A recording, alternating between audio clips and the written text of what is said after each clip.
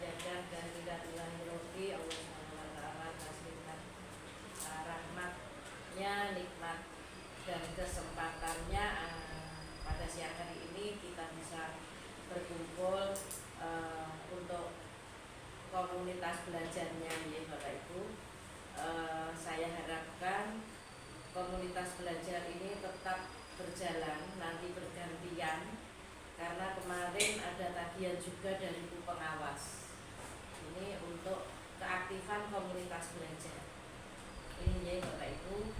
Untuk siang hari ini teman kita yang akan mengisi Pak Erik, ini ada tugas juga supaya memberikan diseminasi ya Pak Erik untuk budaya positif sekolah. Nanti kita dengarkan bersama-sama, mohon nanti saran dan masukannya itu. Kemudian nanti setelah Pak Erik memberikan diseminasi, kami akan mencari tahu ya, mencari informasi sampai sejauh mana PMM yang panjenengan rencanakan sekaligus membuat jadwal. Itu ya Bapak Ibu. Saya kira dari saya cukup. Semoga nanti kegiatan diseminasi ini berjalan dengan lancar ya Pak Erik. Saya kira cukup dari saya. Saya akhiri. Assalamualaikum warahmatullahi wabarakatuh. Waalaikumsalam warahmatullahi wabarakatuh.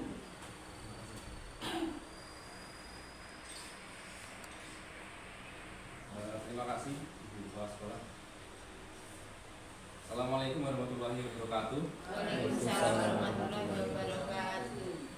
Yang saya hormati Ibu Kepala Sekolah SMP Donokusuman, yang saya hormati Bapak Ibu sekalian dan karyawan SMP Donokusuman, yang semoga selalu dijaga oleh Allah Subhanahu Wa Taala, diberi kesehatan, panjang umur, dalam ketaatan, diberikan rezeki yang melimpah ruah dan Bapak Ibu sekalian, mohon waktunya. Hari ini saya akan memberikan istilahnya berbagi praktik baik ya, diseminasi budaya positif.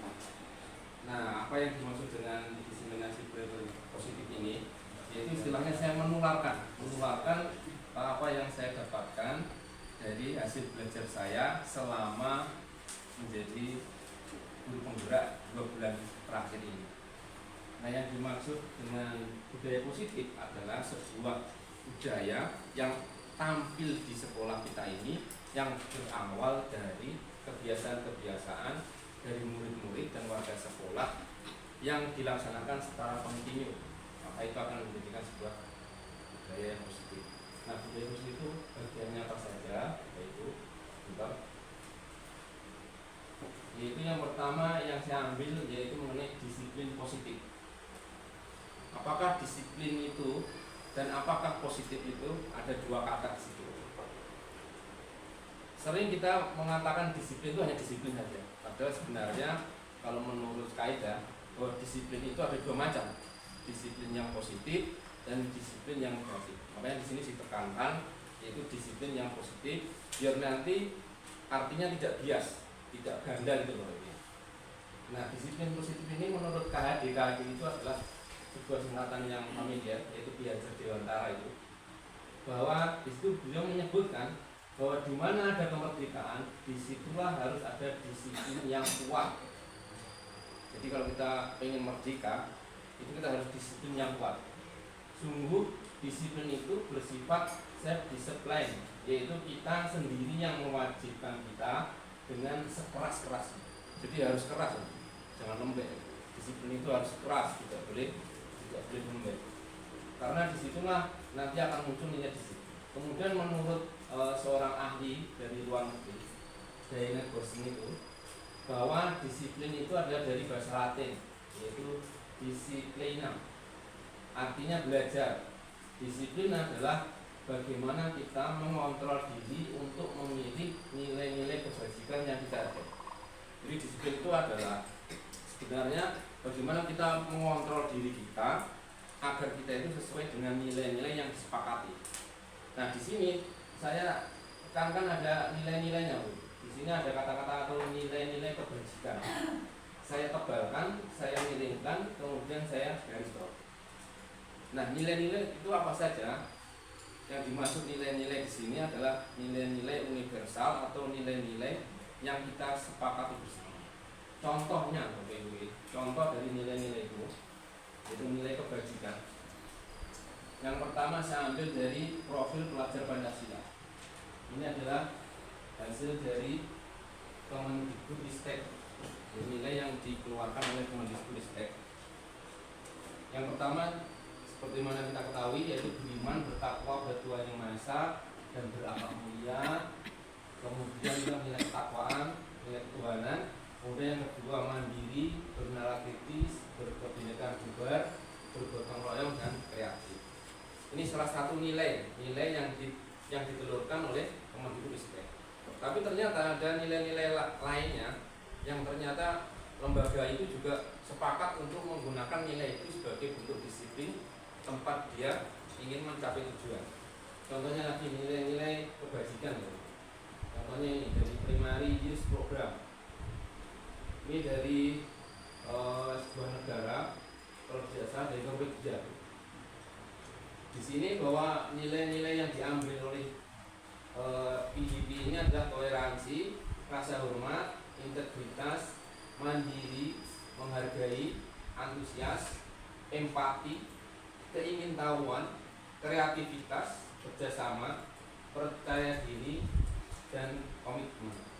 Nah, ini adalah sikap murid atau nilai yang harus dimiliki oleh seorang murid di Norwegia.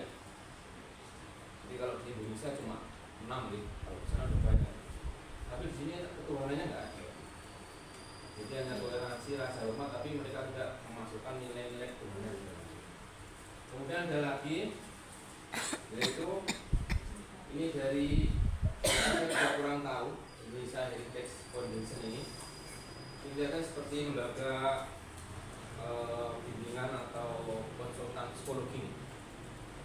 Di sini dia memilih bahwa ada 9 pilar karakter yang kalau orang memiliki 9 ini dia akan hidup bahagia. Yang pertama, cinta Tuhan dan segenap ciptaannya. Kemudian kemandirian dan tanggung jawab, kejujuran, amanah, diplomatis, hormat dan santun, dermawan, suka menolong dan gotong royong, percaya diri, kreatif, pekerja keras, kepemimpinan dan keadilan, baik dan rendah hati, serta toleransi, kedamaian dan kesatuan. Nah, menurut IHF ini, barang siapa yang menguasai 9 nilai ini, dia akan hidupnya bahagia.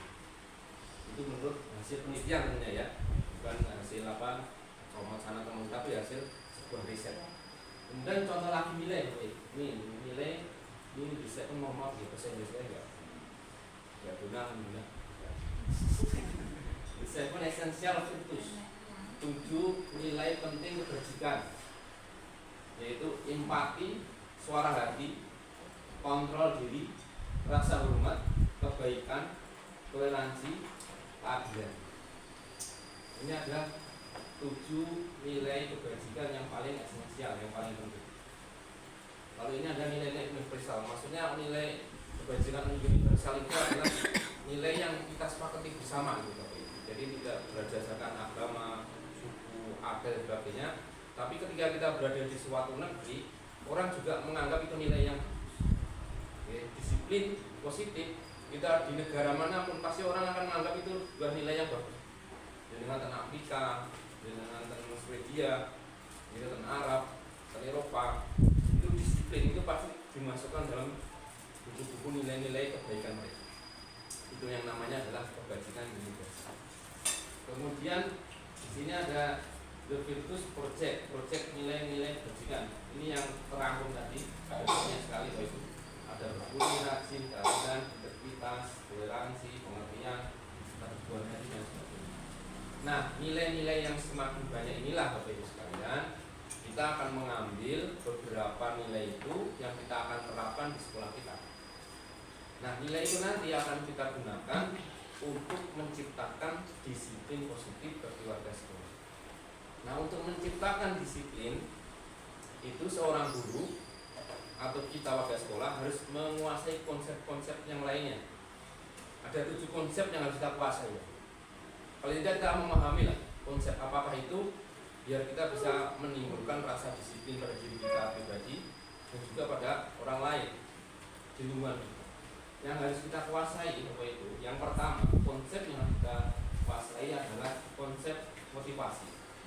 Jadi kita harus paham dulu motivasi itu, kalau bahasa sederhananya adalah dorongan, mendorong seseorang, entah itu dengan terpaksa atau tidak terpaksa, namanya dorongan itu termasuk dalam motivasi. Tapi ternyata motivasi itu ada konsepnya, ada 3 teori. Jadi motivasi ada 3 teori. Yang pertama, motivasi, kita menggunakan motivasi itu adalah untuk menghindari ketidaknyamanan atau gimana. Jadi untuk menghindari ketidaknyamanan atau saya beri contoh saja. Saya ke sekolah ini datang jam 7 kurang 5 menit.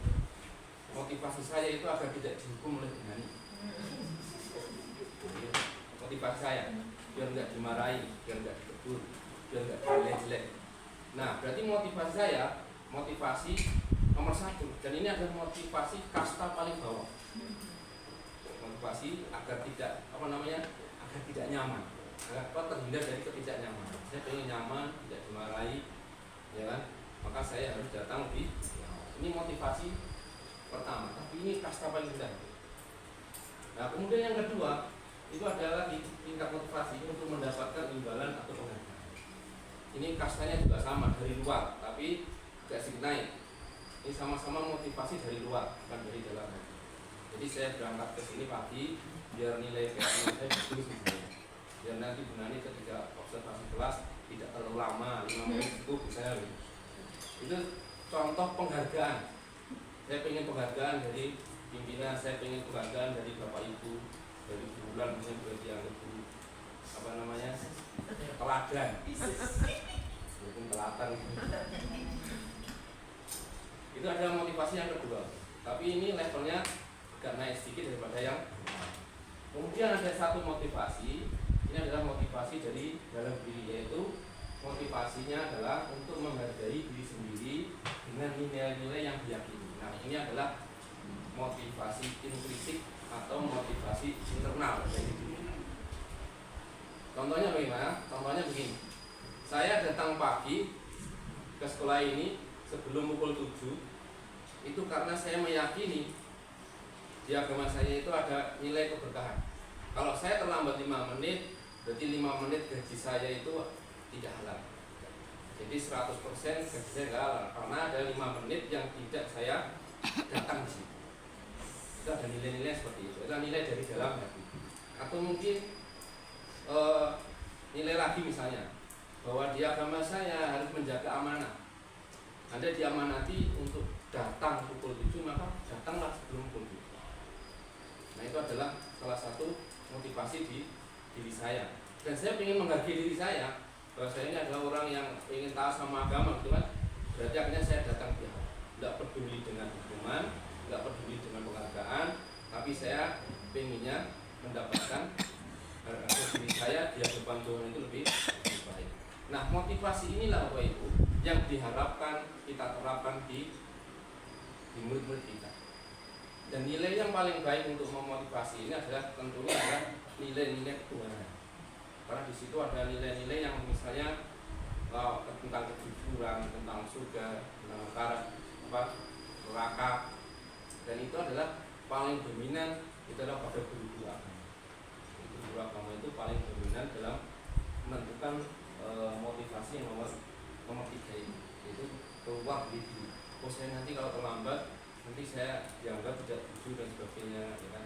Tidak boleh mengambil milik teman, nanti termasuk ketidakjujuran, bicara oleh malaikat dan sebagainya. Itu adalah motivasi dari diri. Jadi ini ada 3 teori motivasi yang kita diharapkan. Ya, nomor 1 juga boleh, nomor 2 juga boleh, tapi yang diharapkan adalah nomor 3. Kemudian untuk teori selanjutnya yaitu konsep yang harus kita kuasai bagi seorang guru, yaitu hukuman, konsekuensi, dan restitusi. Apakah perbedaan ketiganya? Perbedaannya Bapak Ibu, kalau hukuman itu sifatnya tiba-tiba. Jadi murid nggak tahu tiba-tiba, ayo pusat, gitu kan? Ayo lari ke lapangan. Jadi murid nggak tahu tiba-tiba. Tapi ternyata hukuman itu adalah berefek panjang, membuat rasa tidak nyaman dan berefek sangat panjang. Artinya ketika mereka besar, mereka akan ingat, saya dulu pernah dihukum oleh guguran lari 1 kali misalnya saya dulu pernah dihukum oleh ibu saya sendiri, karena gurunya ibu saya sendiri. Sampai sekarang masih ingat. Dan ternyata memang betul, hukuman itu adalah dari satu arah membuat tidak nyaman, tapi jangka panjangnya terus hilang. Kemudian kalau konsekuensi ini sudah direncanakan peraturan. Jadi misalnya nanti kalau kita terlambat, kamu berdiri 5 menit. Nanti kalau kamu tidak mengerjakan tugas, kamu pulangnya lambat 5 menit atau 10 menit. Jadi ada peraturan yang diberitahukan pada murid. Tapi cuma satu arah itu dari guru. Murid cuma ngangguk, oh iya Pak, oh iya Bu. Nah konsekuensi ini lebih baik daripada hukuman. Tapi tetap dia membuat rasa tidak nyaman murid ketika melaksanakan konsekuensi. Tapi berefek jangka pendek, artinya trauma yang ditimbulkan itu tidak terlalu panjang, karena dia sudah tahu, wah ini aku telat, ini pasti dihukum berdiri 5 menit. Tapi efeknya tidak terlalu panjang trauma. Kemudian yang ketiga, nah ini yang diharapkan itu, yaitu restitusi. Restitusi itu adalah sebuah kesepakatan yang diciptakan bersama antara guru dengan murid. Aturan itu diciptakan kemudian disepakati. Ayo kita sepakat, kalau besok kalian terlambat hukumannya apa? Si anak-anak akan ngatung, dihukum Pak, suruh nyanyi Pak, suruh ini ya. Nah kemudian disepakati, ya kan, kalau terlambat nanti nah, kesepakatan seperti itu. Anak-anak diajak untuk membuat sebuah aturan-aturan atau kesepakatan itu. Nah dari restitusi ini ternyata anak-anak terasa nyaman. Sudah nyamannya karena dia membuat aturan sendiri, dilanggar sendiri, itu tidak menimbulkan rasa dendam sama guru, tidak menimbulkan rasa tidak nyaman sama guru. Makanya restitusi ini perlu diterapkan di sekolah agar tercipta disiplin yang positif tadi. Jadi ada hukuman, konsekuensi, dan restitusi. Kemudian Bapak Ibu, konsep yang ketiga yang harus kita pahami ini, yaitu penghargaan. Nah ini yang agak sedikit mengguncangkan pemahaman saya selama ini tentang penghargaan. Ternyata Bapak Ibu, penghargaan itu menurut Alvin Cox, dia seorang ahli sosial, bahwa penghargaan dan hukuman itu adalah cara-cara mengontrol perilaku seorang yang menghancurkan potensi belajar. Jadi ternyata penghargaan itu hampir imbang dengan hukuman. Hukuman larinya ke negatif, penghargaan larinya ke positif, tapi ujungnya sama, yaitu sama-sama menghancurkan kompetensi. Cuma jalannya beda. Kalau hukuman jangan mau ke Jakarta lewat ke Parangtritis sebagainya, ya, lewat Gunung Lawu terjal, ya.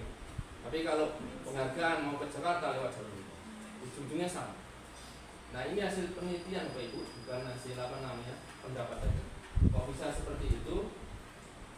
Menurut itu begini Bapak Ibu, bahwa penghargaan itu kalau sering kita memberikan penghargaan, itu ternyata murid akan melakukan yang kita inginkan selama ada penghargaan. Kalau penghargaan nggak ada, mereka nggak melakukan. Itu adalah kita sering. Artinya apa? Nggak ada motivasi sama sekali kalau penghargaan itu sering kita gunakan. Jadi penghargaan itu ternyata mematikan motivasi ketika kita berhabisan penghargaan. Itu menurut kami. Pengaruhnya cuma jangka pendek, tidak langsung panjang. Kemudian kenapa Pak bisa merusak penghargaan itu harus digunakan? Merusak hubungan. Hubungan siapa? Yaitu penghargaan menciptakan persaingan antar murid, dan persaingan itu menciptakan rasa iri dan kecemasan antar murid. Jadi ya, juara 1 dengan juara 5 itu mungkin bisa iri tanpa kita sadari. Maka sistem ranking itu kan dihapus. Juara 1 dengan terakhir juga akan iri, sehingga akan merusak hubungan yang semua bersahabat. Gara-gara dia ranking 1 saya kurang, itu akan hubungannya tidak nyaman lah. Maka itu penghargaan, ada yang diberi penghargaan oleh guru, diberi tas, kok saya enggak ya, padahal cuma terpaut nilainya 1, beda batas saya enggak dapat. Nah ini ya menimbulkan kecemasan. Nah kecemasan inilah yang merendahkan hubungan, enggak putus tapi cuma rendah. Kemudian yang kedua, bahwa ternyata penghargaan itu mengurangi ketepatan orang berpikir. Menurut penelitian yang dilakukan Cox selama 70 kali penelitian, itu ada 2 kelompok murid. Kelompok yang pertama itu disuruh menghafalkan nama-nama dilengkapi. Setiap kelompok pertama ini betul menjawab, diberi permen. Sedangkan kelompok kedua juga sama, disuruh menghafalkan nama-nama di kartu. Setiap benar cuma diberi kata terima kasih. Ternyata dua kelompok ini yang banyak tepatnya kelompok yang kedua, yang cuma diberi ucapan terima kasih. Karena orang yang diberi terima kasih berpikirnya lebih luas, lebih longgar, tidak tertekan dengan penghargaan, sehingga dia bisa memilih dengan benar.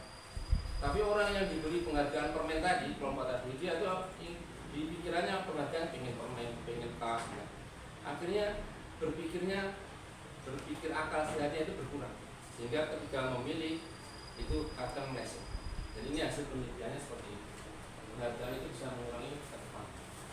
Kemudian penghargaan mematikan kreativitas ternyata. Kalau sering-sering kita berikan penghargaan, karena murid itu harus melakukan sesuai dengan aturan yang berlaku atau mendapat penghargaan.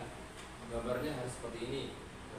Contohnya yang istilahnya kalau di negara-negara maju mewarnai itu nggak boleh. Ya, pelajaran mewarnai nggak boleh karena itu mematikan kreativitas. Sudah ada hewannya tinggal mewarnai. Dibatasi oleh garis-garis. Yang dibolehkan adalah menggambar bebas. Itu kalau di Norwegia dan di mana-mana itu pelajaran mewarnai dilarang karena mengurangi motivasi. Tapi saya masih sering untuk menggunakan mewarnai karena memang apa yang menghilangkan kesuntukan juga. Kemudian selanjutnya bahwa itu penghargaan ini menghukum. Kenapa kok menghukum? Karena secara tidak langsung penghargaan ini menghukum yang tidak mendapatkan penghargaan. Contohnya, murid yang ranking paling akhir akan merasa paling dihukum. Wah, ini paling bodoh, rankingku 20.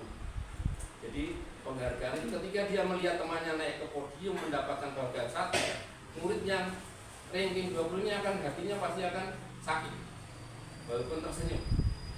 Nah, seakan-akan dia terhukum, wah, ini murid paling. Karena apa? Ada penghargaan. Ini adalah kalau istilahnya penghargaan itu sering kita gunakan, ternyata bisa mematikan kreativitas. Nah, di sini ada sebuah kesimpulan terakhir. Saya bacakan narasinya Bapak Ibu. Saat seorang anak belajar untuk pertama kali menggabungkan huruf-huruf dan kata, serta menyadari bahwa ia dapat membaca, maka akan timbul pijar di matanya dan sebuah senyuman di wajahnya. Maksudnya ada bahagia. Anak tersebut begitu gembira bahwa dia telah mempelajari dan menguasai sebuah keterampilan baru. Jadi sudah bisa membaca, keterampilan baru, dia senang, aku bisa membaca. Kesadaran dan kemampuannya bahwa dia sudah dapat membaca sesungguhnya sudah merupakan sebuah penghargaan. Jadi kebahagiaan yang dia dapat ketika dia itu bisa membaca itu sebenarnya sebuah penghargaan tertinggi dan penghargaan alamiah dari dirinya sendiri. Jika kita memberi penghargaan kepada anak pada saat dia sedang merasa bangga dengan pencapaian sendirinya, maka kita akan mengambil kegembiraan itu yang sedang dijalankan secara alamiah. Jadi misalnya saya kelas 1, saya bisa membaca, alhamdulillah saya bisa membaca, seneng banget. Tiba-tiba ada guru memberikan tas, karena kamu bisa membaca, tak kasih tas. Nah, kegembiraan anak tadi akan berubah. Yang semula gembira bisa membaca, berubah menjadi gembira karena mendapatkan penghargaan. Sehingga kita mematikan kegembiraan alamiah dari dunia. Itu menurut Cockney, jadi seperti itu. Jadi apakah boleh penghargaan? Boleh. Tapi penghargaannya tadi merata. Yang satu dapat, yang lainnya tidak mendapat, tapi dengan konsekuensi yang lainnya. Kemudian kesepakatan kelas. Ini konsep yang ke-5. Kesepakatan kelas begini. Kita menguasai tentang kesepakatan atau keyakinan kelas. Yang pertama, kesepakatan kelas itu adalah kita membuat aturan-aturan, kemudian kita sepakati dengan murid kita, atau kita sekolah itu mungkin misalnya ibu kepala sekolah membuat kesepakatan dengan bapak ibu guru, kemudian disepakati. Itu namanya kesepakatan untuk menciptakan disiplin positif. Nah, untuk membuat kesepakatan atau aturan-aturan itu ada langkah-langkah. Yang pertama mulai dari yang sebelah sini, sebelah kanan, berdiskusi dulu peraturannya. Jadi dengan mungkin kita berdiskusi, misalnya tidak boleh lari-lari kelas, tidak boleh membuang sampah di laci, dan sebagainya. Dan kesepakatan. Nah, itu dikumpulkan, murid-murid sepakat, dikumpulkan, Kemudian yang kedua, merubah kalimat negatif menjadi positif. Misalnya tidak boleh lari-lari di kelas, tidaknya dicoret, diganti di kelas jalan kaki. Tidak boleh membuang sampah di laci, tidaknya dicoret, diganti buanglah sampah di tempat. Kenapa? Karena kalau kata ahli bahasa ini ya, kata-kata tidak itu akan terekam sangat jelas di batang otak, sehingga anak itu ketika misalnya tidak, biasanya mereka itu malah akan melakukan, cenderung melakukan. Contohnya ketika kita berjalan, kemudian ada iklan, jangan tengok ke kanan, awas, jangan tengok ke kanan. Tapi kita malah nengok ke kanan, karena ada penasarannya. Karena itulah desain dari otak kita seperti itu. Makanya diubah menjadi kata-kata yang positif. Misalnya tidak ada boleh kata-kata tidak. Dan itu mempengaruhi perkembangan otak anak-anak. Kemudian yang kedua, yang ketiga, memilih peraturan menjadi nilai. Peraturan menjadi nilai misalnya begini. Misalnya sesama teman harus rukun. Gitu. Itu kan masih dalam konteks terlalu panjang. Maka dibuat sebuah nilai, menghargai teman, menghargai guru. Nah, nanti yang diberi contoh-contoh nilai yang kita sepakati bahwa anak kelas 6 menghargai teman. Maka apa yang dilakukan? Kalau meminjam buku, ngomong dulu. Kalau misalnya meminjam sesuatu, kembalikan, dan sebagainya. Jadi ada tingkah laku yang diberikan. Itu namanya nilai. Kemudian setelah itu berdiskusi dengan murid, perilaku yang sesuai dengan nilai keyakinan. Jadi setelah didiskusikan, kemudian semua sepakat, baru kemudian yang terakhir disepakati. Baik dari sekian banyak, misalnya anak-anak 20 itu misalnya membuat peraturan-peraturan sesuai dengan keinginannya, nanti kita saring menjadi 8. Jadi 8 itu kita ubah menjadi positif, kemudian kita jadikan hanya 6 atau 7 kesepakatan atau aturan kelas, dan nanti anak-anak sepakat disuruh tanda tangan atau gimana caranya. Contohnya seperti ini. Jadi seperti anak-anak menempelkan di papan tulis bahwa tidak boleh ini, tidak boleh ini, tidak boleh ini. Kemudian setelah itu kita pilah-pilah. Setelah itu ada sebuah kesepakatan yang sudah diprint, sudah ditempel, anak-anak setuju. Nah, ketika terjadi pelanggaran pada saat itu, maka anak-anak akan disuruh menunjukkan kesepakatan mana yang kamu langgar. Jadi anak-anak akan lebih menerima, lebih nyaman, dan biasanya anak itu biasanya tidak akan mengulanginya. Jadi ini semacam aturan-aturan yang dibuat dua arah, tidak satu arah. Jadi anak-anak diberitahu. Kemudian Bapak Ibu sekalian, konsep yang selanjutnya beliau mengetahui 5 kebutuhan dasar manusia. Jadi seorang guru harus mengetahui 5 dasar kebutuhan manusia. Untuk apa fungsi dari 5 dasar ini? Agar kita tahu bahwa murid-murid kita itu kurang apa. Jadi 5 dasar kebutuhan manusia ini harus ada di diri kita. Kalau kurang satunya, maka kita akan mencari tempat lain. Kita ada anak yang suka ngambil uang, ini berarti kita cari dulu, kita selidiki anak ini kurang apa ya? Apa kurang kasih sayang, apa kurang kebutuhan hidupnya. Nah, kalau sudah ketemu kekurangannya, baru kita penuhi. Bukan berarti dipenuhi itu membeli jajan, enggak, tapi ada penyelesaian sebenarnya. Kemudian ini Bapak Ibu, 5 kebutuhan dasar manusia itu adalah, ini kesepakatan ini. Ini sudah disepakati oleh UNESCO. Yang pertama adalah, itu macamnya belum survival. Di modern itu yaitu 1 kebutuhan untuk bertahan. Semua orang pasti butuh ini. Kebutuhan bertahan. Dengan apa? Dengan makan, dengan menjaga kesehatan, dengan bekerja dan sebagainya. Kemudian yang kedua, love and belonging. Yaitu kasih sayang dan rasa ingin diterima. Kita semua pasti butuh kasih sayang dan ingin diterima di tempat manapun kita berada. Gitu. Kebutuhan kedua. Kebutuhan yang ketiga, freedom, kebebasan. Kita butuh kebebasan. Kebebasan. Itu dasar kita. Yang keempat, fun, senang. Kita butuh senang. Kerja juga butuh senang. Makanya di dalam PMM itu ada indikator kesenangan guru dimasukkan. Jadi sampai sekarang saya belum menemukan indikator-indikator itu. Nanti kita cari bersama. Kemudian yang kelima, power, penguasaan. Kita butuh ada yang kita kuasai, paling tidak kita bisa menguasai anak kita, tidak orang lain. Nah, 5 kebutuhan dasar manusia ini ada pada semua manusia, dan ini sudah disetujui oleh UNESCO bahwa setiap manusia yang lahir dalam keadaan normal dia pasti membutuhkan 5 ini, siapapun ini. Maka ketika murid kita itu ada yang menyeleweng keluar dari kelompok, maka kita identifikasi manakah di antara 5 ini yang tidak tercukupi dari murid kita itu. Pasti ada, Pak. Contohnya di kelas dia bikin ulah, pengen tampil, ya kan, pengen diperhatikan orang dan sebagainya. Ternyata setelah kita selidiki, ternyata dia kurang nomor 2, kurang kebutuhan hidupnya nggak terpenuhi yang nomor 2. Love and belonging, kasih sayang dan rasa syukur. Mungkin di keluarganya seperti itu. Kalau yang nomor 1, 3, 4, 5 terpenuhi, tapi nomor 2 nggak terpenuhi, maka dia akan mencari-cari yang lain. Contoh lagi, kok ada anak suka mencuri, maka kita akan selidiki. Pasti ada 5 kebutuhan dasar yang nggak terpenuhi di situ. Oh, ternyata sanggulnya kurang.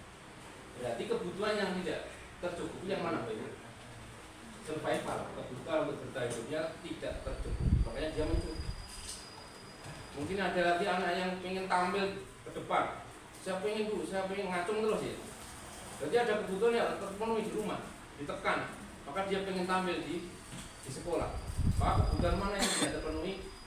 Yang nomor 5, yang power, penguasaan. Dia pengen menguasai, karena mungkin di rumahnya oleh orang tuanya ditekan, tidak boleh ini, tidak boleh ini, maka di sekolah dia pengen berkuasa. Maka seorang guru harus memahami 5 kebutuhan ini sehingga bisa mengidentifikasi murid-muridnya. Oh, murid itu butuh ini, butuh ini. Kalau sudah mengidentifikasi, itu artinya Bapak Ibu guru sudah 80% mengetahui kunci dari permasalahan anak. Yang 20% tinggal nanti kolaborasi dengan kepala sekolah, dengan orang tua dan sebagainya. Jadi ketika kita sudah menemukan akar dari masalah kita, itu sebenarnya ada 80% kita menyelesaikan masalah dari tinggal 20%. Kemudian ini terakhir, ini lingkaran. Nah, ini nomor 6 dulu. Nomor 6. Nanti yang nomor 7 dari terakhir. Nomor 6 dulu. 5 posisi kontrol guru. Jadi seorang guru harus memiliki 5 posisi ini. Yang pertama, yang pertama, dia sebagai penghukum. Nomor 2, dia membuat rasa bersalah. Nomor 3, dia sebagai teman bagi murid. Nomor 4, pemantau. Nomor 5, manajer. Kita semua pasti mengikuti, tapi yang diharapkan nomor 5, kita menjadi manajer. Saya beri contoh dulu. Sebagai penghukum. Penghukum itu kalau anak datang langsung ditanya, kamu telat, nanti pulangnya lewat 20 menit. Jadi dia penghukum. Jadi guru itu dia posisinya penghukum. Itu contohnya. Contoh yang kedua, membuat rasa bersalah. Kalau ada yang murid datang bersalah, bertanya, kamu itu telat kenapa? Kalau misalnya kamu nggak lulus itu bagaimana? Apa nggak kasihan bapakmu?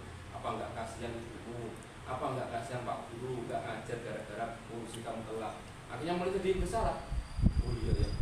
Ini dia merasa bersalah. Dan posisi ini sebenarnya tidak baik.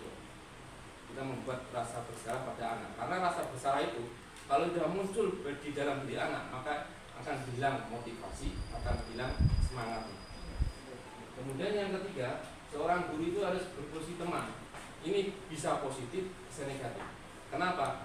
Positifnya, karena guru itu kalau posisi teman, maka anak-anak akan terbuka. Dulu saya begini, itu saya di rumah saya, ayah saya cerai begitu. Dia akan terbuka. Tapi pada suatu saat, ketika posisi teman itu hilang, maka murid itu akan merasa dikhianati. Oh, sekarang guru bukan temanku, tidak bisa diajak menghukum aku. Padahal sebenarnya saya dia. Karena saking dekatnya dengan guru, ketika dia dihukum, maka dia akan menganggap gurunya berkhianat, akan mengkhianati hubungan. Murid kan seperti itu. Dan juga akan mengulangi guru. Maka posisi teman ini pun juga harus tanda tanya dalam tanda kutip. Artinya ada waktu-waktu kita berposisi teman, ada waktu lainnya jangan berposisi teman. Kemudian posisi yang keempat, pemantau. Pemantau ini adalah hanya memantau saja, mengarahkan. Jadi contoh guru pemantau itu begini. Ketika ada anak datang terlambat, kemudian ditanya, Wahai Ali, kamu datang terlambat kenapa? Saya terlambat, kamu Pak begini. Nah sekarang kamu tahu enggak aturannya? Kalau terlambat, kamu mau ngapain? Aturannya kalau terlambat, saya disuruh tiket Pak. Ya sudah, sekarang kamu tahu. Pemahaman itu cukup seperti itu, tidak menghukum, tidak sebagai teman, tidak akrab, tapi cukup mengingatkan bahwa ada aturan, ada kesepakatan yang harus kamu lakukan. Namanya pemahaman. Ini lebih baik daripada posisi 1, 2, 3. Dan posisi yang paling baik, manajer. Seorang guru harus manajer. Artinya posisi 1, 2, 3, 4 ini dimasukkan ke dalam posisi manajer itu. Tapi porsi yang paling sedikit posisi 1.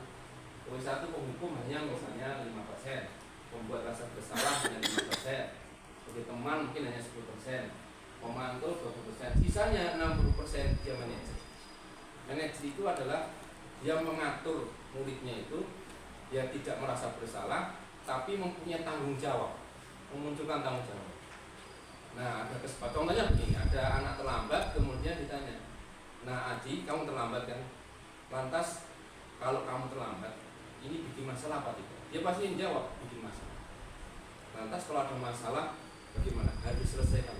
Bagaimana penyelesaiannya? Ya sebagaimana kesepakatan kemarin Pak, saya harus begini. Ya sudah, sekarang selesaikan masalah kamu dan besok jangan gimana. Mereka akan menjawab, siapa? Nah, ketika kita menjadi manajer seperti ini Bapak Ibu, maka anak-anak akan termotivasi dan besok berpotensi tidak akan mengulangi. Kita disuruh untuk menjadi seorang manajer. Apakah boleh kita menjadi penghukum? Ya boleh saja. Tapi ada konsekuensi yang berjalan yang akan mengikutinya. Kemudian yang terakhir, yang terakhir yaitu segitiga restitusi. Tadi sudah kita pahami restitusi, ya, menyelesaikan masalah. Nah ini ada sebuah segitiga, ada sebuah trik, ada sebuah tahapan-tahapan ketika ada permasalahan anak. Misalnya permasalahan itu sering berkelahi. Bagaimana penyelesaiannya? Di sini ada yang paling bawah, Bapak Ibu, yang paling bawah dari paling bawah. Ketika anak bermasalah itu yang harus kita lakukan adalah menstabilkan identitas. Menstabilkan identitas itu adalah istilahnya memberikan, istilahnya mengelulu. Tapi bukan mengelulu kamu salah itu bagus enggak. Tapi dibuat begini, contohnya perkataannya di situ. Berbuat salah itu tidak apa-apa, asal tidak dilakukan. Atau mungkin semua manusia itu pernah berbuat salah.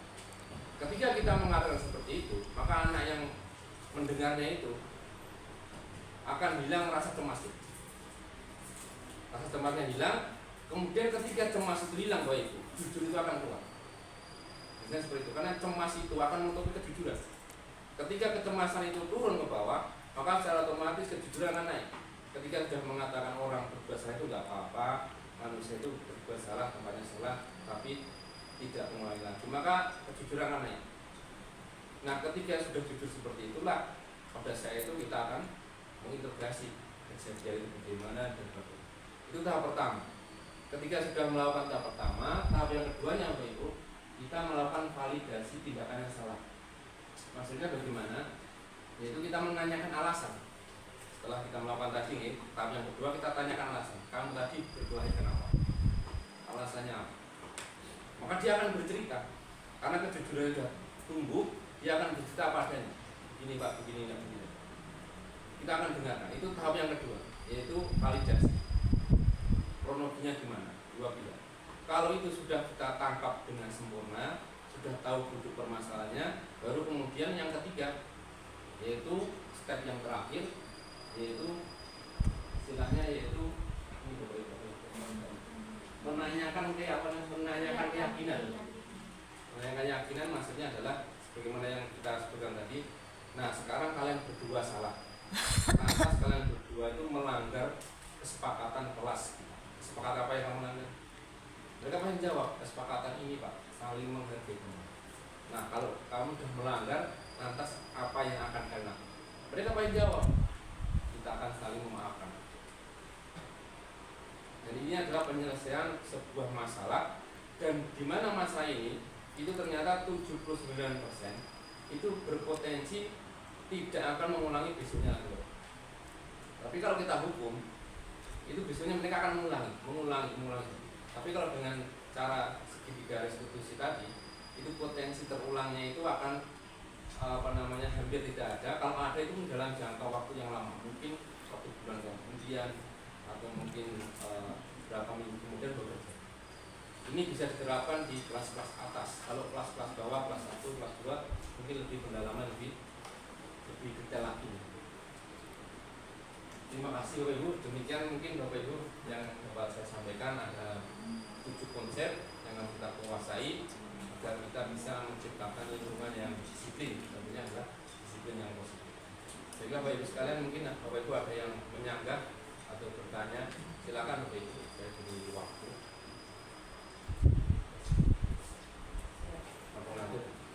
Baik. Terima kasih Pak Erik yang sudah memberikan materi yang diberikan menurut saya. Dan alhamdulillah ini kemarin sudah kita laksanakan di awal tahun ajaran. Tetapi sejauh mana Bapak Ibu guru melaksanakan ini yang belum kami pantau. Pada MPLS waktu MPLS itu saya sudah katuli Bapak Ibu guru monggo buat kesepakatan kelas. Seperti itu sudah kami sampaikan, tapi sejauh mana trik-trik tekniknya kan belum, Bapak Ibu belum sampai menjurus ke sini. Nah ini alhamdulillah, terima kasih sekali. Ini pencerahan buat saya dan saya khususnya Pak, pada umumnya Bapak Ibu. Kalau kita bisa menerapkan ini di kelas kita masing-masing, insya Allah anak akan mendapatkan pelayanan yang bagus. Karena kita sebagai guru tidak hanya memberikan materi pengetahuan, tetapi memberikan bimbingan dan melayani anak. Kemudian yang kedua, apa yang disampaikan Pak Erik tadi, kalau saya boleh matur Pak, hukuman itu diganti dengan setelah kita melaksanakan membuat kesepakatan kelas, tidak hukuman yang disampaikan, tapi konsekuensi yang harus dilakukan anak apabila melanggar yang sudah jadi kesepakatan. Jadi sekarang itu tidak ada hukuman dari guru, itu tidak ada. Kalau dulu waktu saya sekolah masih ada pulang laporan ke orang tua, tadi diberi hukuman sama Bapak Ibu guru sama Pak gurunya. Kalau dulu orang tua dilapori seperti itu, anak malah dimarahi. Jadi takut menyampaikan ke orang tua karena malah ditambahi, mesti kowe orang gatek, mesti kowe nakal dan sebagainya. Tapi kalau sekarang tidak Pak, orang tua dilapori munggah. Jadi hukuman, kata-kata hukuman kita sepakati, kita ganti dengan konsekuensi yang jelas. Pak Erik, terima kasih. Monggo yang lain. Monggo Bapak Ibu. Menyanggah juga tidak apa-apa, protes juga tidak apa-apa. Karena itu kan cuma istilahnya ya. Bertanya juga sedikit silakan. Sedikit Pak, saya Pak. Ini untuk Pak Farid.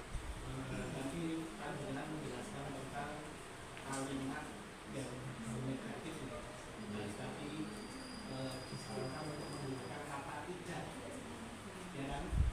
Padahal dalam Quran khususnya surat Al-Luqman itu di situ ayat 13 kalau nggak salah disebutkan bahwasanya tidak boleh menyebutkan Allah. Nah, dengan kata-kata seperti itu, bagi saya yang guru agama Islam menggantikannya dengan apa?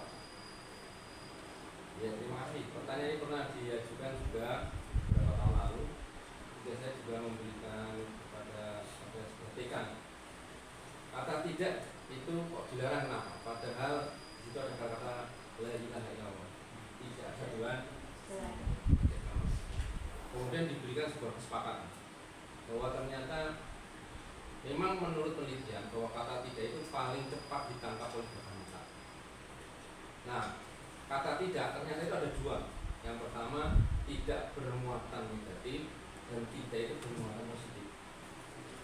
kata yang bermuatan negatif adalah kata-kata yang tidak ada tidak ada hubungannya dengan ketuhanan, bermuatan negatif. Tapi kalau ada kata tidak yang berhubungan dengan ketuhanan, maka itu berubah menjadi positif.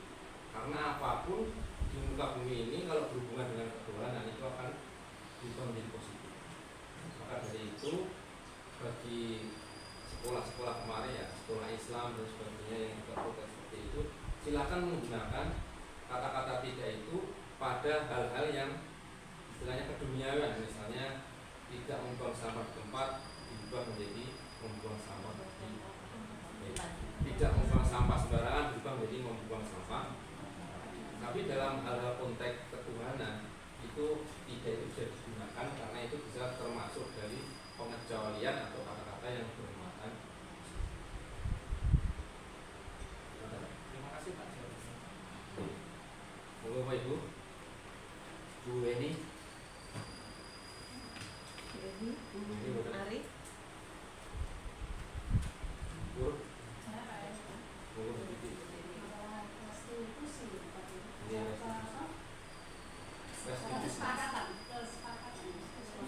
Kesepakatan kelas. Itu biasanya diterapkan di kelas atas. Untuk kelas bawah itu contohnya di mana? Untuk kelas bawah itu Bu, contohnya membuat kesepakatan itu tidak boleh lebih dari 5. Jadi kesepakatan itu tidak boleh dari 5, tapi mengandung nilai-nilai yang bisa diingat.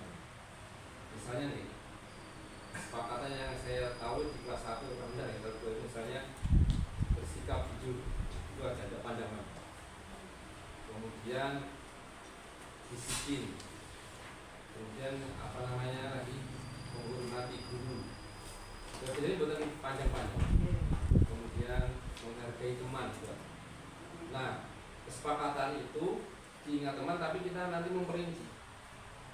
Contohnya juga jujur itu kalau misalnya perinci.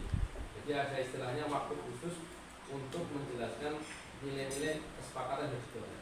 Jadi kata-kata yang kira-kira anak kelas 1, kelas 2 itu bisa paham. Jujur itu lawan dari bohong, berarti kayak gitu. Menghormati guru itu seperti ini, berarti harus sopan santun. Jadi yang sederhana tapi anak-anak itu paham tentang kata itu. Contohnya apa? Sederhana. Jadi tidak boleh dari 5. Mungkin Bapak Ibu ada lagi? Monggo Bu Ali. Terima kasih menanggapi dari Bu Ari tadi ya. Kalau keyakinan kelas itu nanti disertai dengan konsekuensi. Ya, ya. Tapi tadi saya menyimak konsekuensi itu masih berasal dari guru, ya? Berarti anak itu masih istilahnya penerima. Konsekuensi itu bukan dari dirinya sendiri. Jadi apakah istilah konsekuensi itu diganti kesepakatan atau kan kalau tadi ada hukuman, ada konsekuensi, ada Restitusi. Nah, tadi kalau kita mau memberikan konsekuensi berarti kita masih ibaratnya mengekang mereka, belum dari hasil pikiran mereka tentang kesalahan mereka yang mungkin solusi yang diberikan anak itu. Jadi istilah konsekuensi apakah tetap digunakan atau kita ganti dengan istilah lain? Nah, Pak Erik, saya jelaskan dulu. Saya jelaskan dulu. Tadi Pak Erik dari kesepakatan yang dibuat di awal, ada kalau anak melanggar ada hukuman. Nah, saat membuat kesepakatan itu konsekuensi disertakan. Itu kalau saya dulu waktu jadi guru sudah sama Bu Farika sudah dituani seperti itu. Itu jadi saat awal tahun ajaran itu kita membuat kesepakatan seperti tadi. Murah diterangkan tidak boleh itu tidak Pak, cuman kalimat positif seperti itu. Membuang sampah di tempatnya. Nah, konsekuensi apa? Kalau ada yang membuang sampah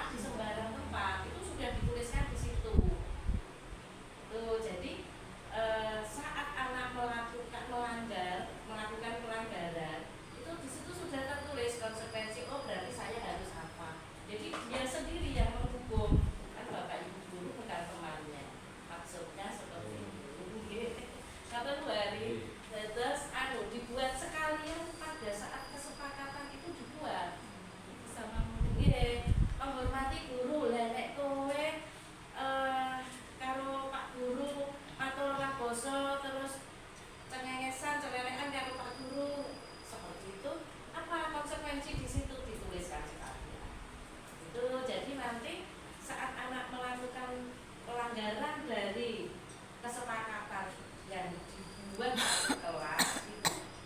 Teman atau pak gurunya atau bu gurunya tinggal menunjuk kamu melanggar yang mana, apa konsekuensi yang harus kamu lakukan, di situ sudah tertulis. Jadi bukan pak guru yang menghukum, bukan bu guru yang menghukum, tetapi dari hasil kesepakatan dia dengan kesadarannya menghukum dirinya sendiri seperti itu. Itu yang saya lakukan waktu bersama.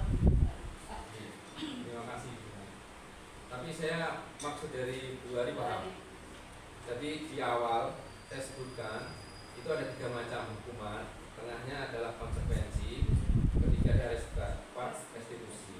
Itu adalah secara istilah.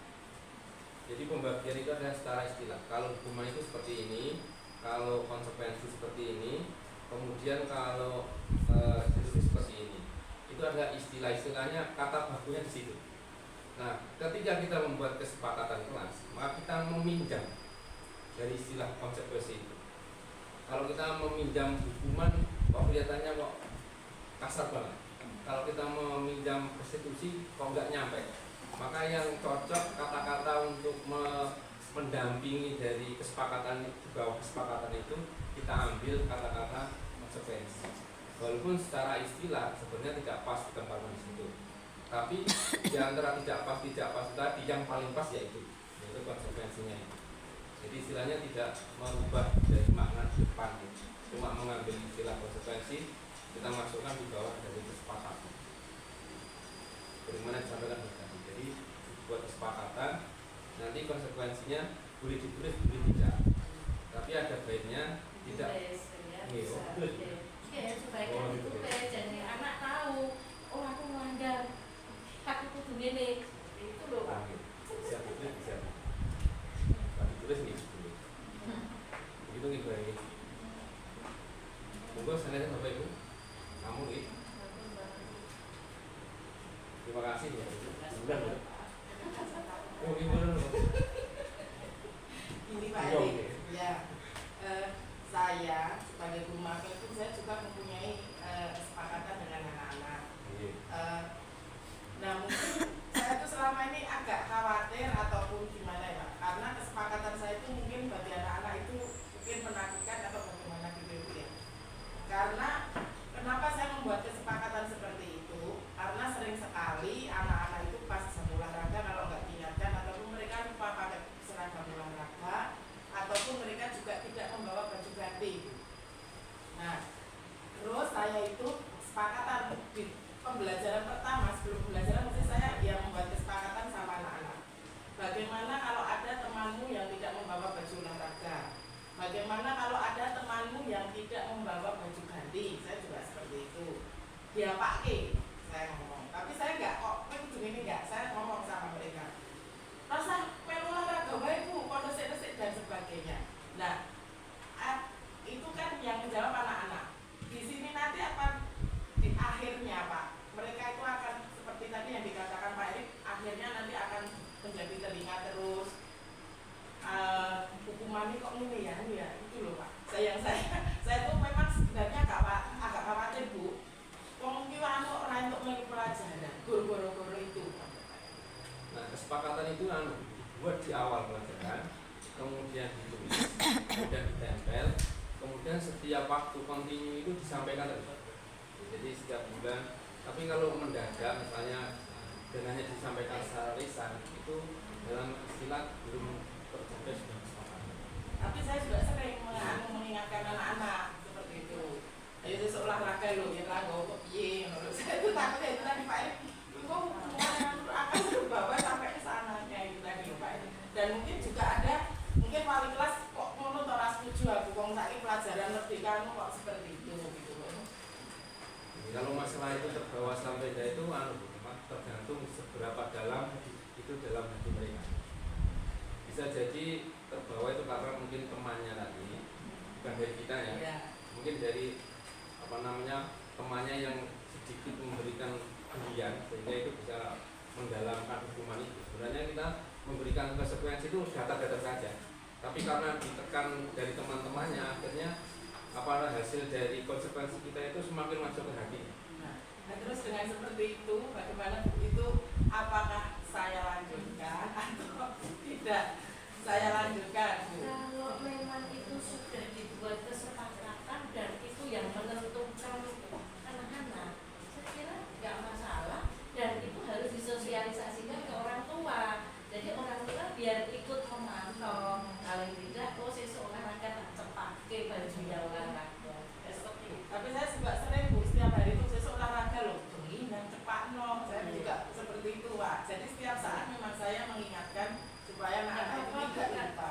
Kalau memang kesepakatan itu sudah dibuat bareng-bareng di awal dan konsekuensi yang harus dilakukan saat tidak memenuhi kesepakatan yang dibuat itu saya kira nggak masalah. Dan di awal itu dari kesepakatan yuk konsekuensinya ojo berat-berat ya. Itu tadi kalau apa sih? Rasa baik bukan, gini semua kelas nyapu anak itu seperti itu. Jadi bukan masalah. Yang penting disosialisasikan ya. Yang penting disosialisasikan, semua anak tahu, orang tua tahu itu akan lebih. Karena tujuan kita orang memberi hukuman, tujuan kita mendisiplinkan. Tapi ya, tujuannya mendisiplinkan. Itu tidak termasuk yang penghukuman.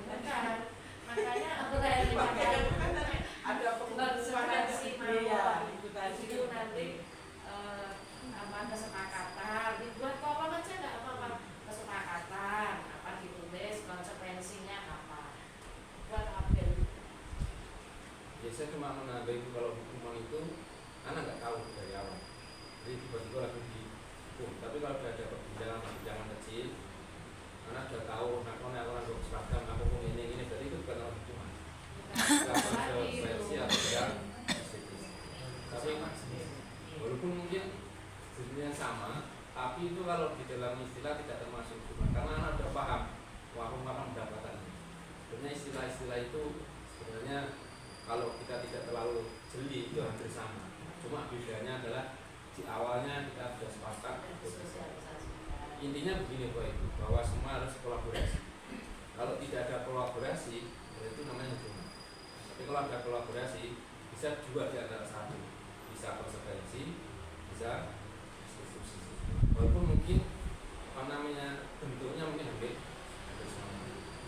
Dihukum pusat 5 kali, sama-sama 5 kali. Yang satu nggak pernah diberitahu, yang satu sudah kesepakatan, pasti yang hasil kesepakatan ini lebih ringan di hati, kenyamanannya juga lebih ringan dan tidak terlalu berat untuk melaksanakan. Bedanya cuma di sini. Demikian Bapak Ibu. Demikian Bapak Ibu, sami-sami. Terima kasih Bapak Ibu sekalian sudah meluangkan waktu dan saya sekali lagi mohon maaf mengganggu waktu kesibukan Bapak Ibu sekalian dan untuk nanti akan ditutup kesimpulannya oleh Ibu sekolah.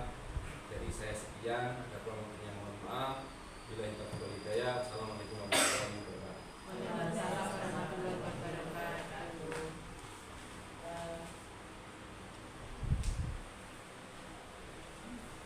Bapak Ibu, demikian tadi paparan ya dari Pak Erik.